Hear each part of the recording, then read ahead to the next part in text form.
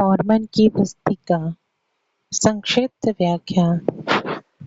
Mormon की पुस्तक प्राचीन अमेरिका में लोगों का पावन अभिलेख है और धातु की पट्टियों पर अंकित की गई थी।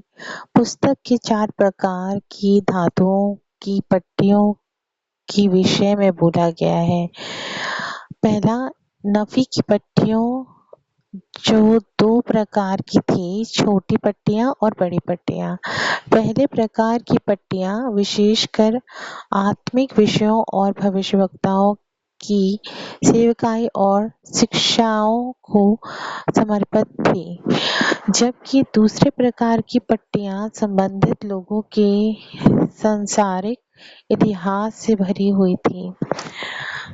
मूसाया के समय से यद्यपि बड़ी पट्टियों के मुख्य आत्मिक महत्व की बातों को भी शामिल किया गया था। दूसरा, मॉर्मन की पट्टियां, जिसमें नफी की बड़ी पट्टियों से कई टिप्पणियों सहित मॉर्मन द्वारा किया गया संक्षेप शामिल है। इन पट्टियों में मॉर्मन द्वारा वर्णित इतिहास को जारी रखा गया और उसके बेटे मोरोनी की टिप्पणियां भी हैं। तीसरा, ईश्वर की पट्टियां, जो येरोदाइयों का इतिहास प्रस्तुत करती हैं। इस अभिलेख को मोरोनी द्वारा संक्षिप्त किया गया था, जिसने अपने स्वयं की टिप्पणियां डाली और ईथर की पुस्तक शीर्षक के अंतर्गत अभिलेख के साथ सामान्य इतिहास को सम्मिलित किया। पीतल की पट्टियां लेही के लोग यरूशलेम से 600 ईसा पूर्व से लाए थे।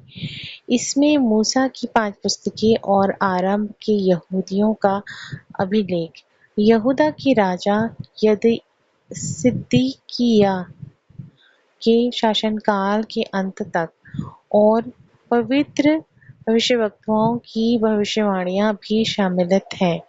एक नफी 5 के 11 से 13। इन पट्टियों से बहुत से उदाहरण यशाया और बाइबल और गैर बाइबल भविष्यवक्ताओं का उल्लेख करते हैं। मॉर्मन की पुस्तक में नजर आते हैं।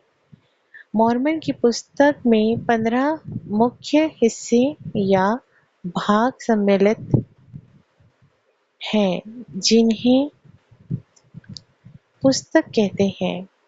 केवल एक उपवाद को छोड़कर प्रत्येक पुस्तक को इसके मुख्य लेखक का नाम दिया गया। पहला हिस्सा, पहले 6 पुस्तकें ओमनी तक, नफी की छोटी पट्टियों का अनुवाद है। ओमनी और मूसाया के बीच में एक हिस्सा डाला गया, जिसे मॉर्मन के वचन कहते हैं। यह हिस्सा छोटी पट्टियों पर अंकित अभिलेख को बड़ी पट्टियों के मॉर्मन के संक्षेप के साथ जोड़ा जाता है। सबसे लंबा मूसाया से मॉर्मन तक अध्याय 7 सहित नफी की बड़ी पट्टियों का मॉर्मन का संक्षेप है। समापन हिस्सा मॉर्मन अध्याय 8 से खंड के अंत तक मॉर्मन के बेटे मोरोनी द्वारा अंकित किया गया था, जिसने अपने पिता के जीवन का अभिलेख समाप्त करने के बाद येरोदाइयों के अभिलेख को ईथर की पुस्तक के रूप में संक्षिप्त किया और बाद में कुछ हिस्से जोड़े जो मोरोनी की पुस्तक के रूप में जाने जाते हैं। वर्ष 421 ईस्वी में या आसपास मोरोनी नफाइयों के भविष्यवक्ता इतिहासकार ने इस पावन अभिलेख को मुहरबंद किया और अंतिम दिनों में प्रकट किए जाने के लिए प्रभु के पास छिपा दिया। जैसे परमेश्वर की वाणी के अनुसार उसकी प्राचीन भविष्यवक्ताओं द्वारा भविष्यवाणी की गई थी। 1823 ईस्वी में वही मोरोनी तब पुनर्जीवित व्यक्ति के रूप भविष्यवक्ता जोसेफ स्मिथ से मिला और बाद में अंकित पट्टियों को उसे सौंप दिया। इस प्रकाशन के बारे में विषय सूची पृष्ठ के तुरंत बाद का मूल शीर्षक पृष्ठ पट्टियों से लिया गया है और पावन विषय पुस्तक का भाग है।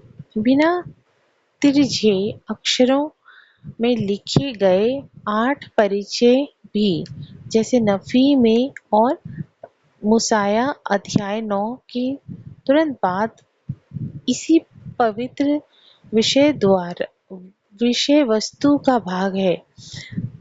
तिरछे अक्षरों में लिखे पाठ परिचय जैसे अध्याय के शीर्षक मूल विषय पुस्तक में नहीं है, बल्कि उन्हें पढ़ने में सुविधा के लिए अध्ययन सहायता के तौर पर शामिल किया गया है। अंग्रेजी की मॉर्मन की पुस्तक की पिछले प्रकाशन की विषय वस्तु में कुछ मामूली त्रुटियां कायम थे। इस प्रकाशन में वे सुधार सम्मिलित हैं, जिन्हें सामग्री को प्रकाशन पूर्व हस्तलिपि और भविष्यवक्ता जोसेफ स्मिथ द्वारा संपादित पहले के प्रकाशन के समरूप करने के लिए शामिल करना उचित समझा गया। आमीन।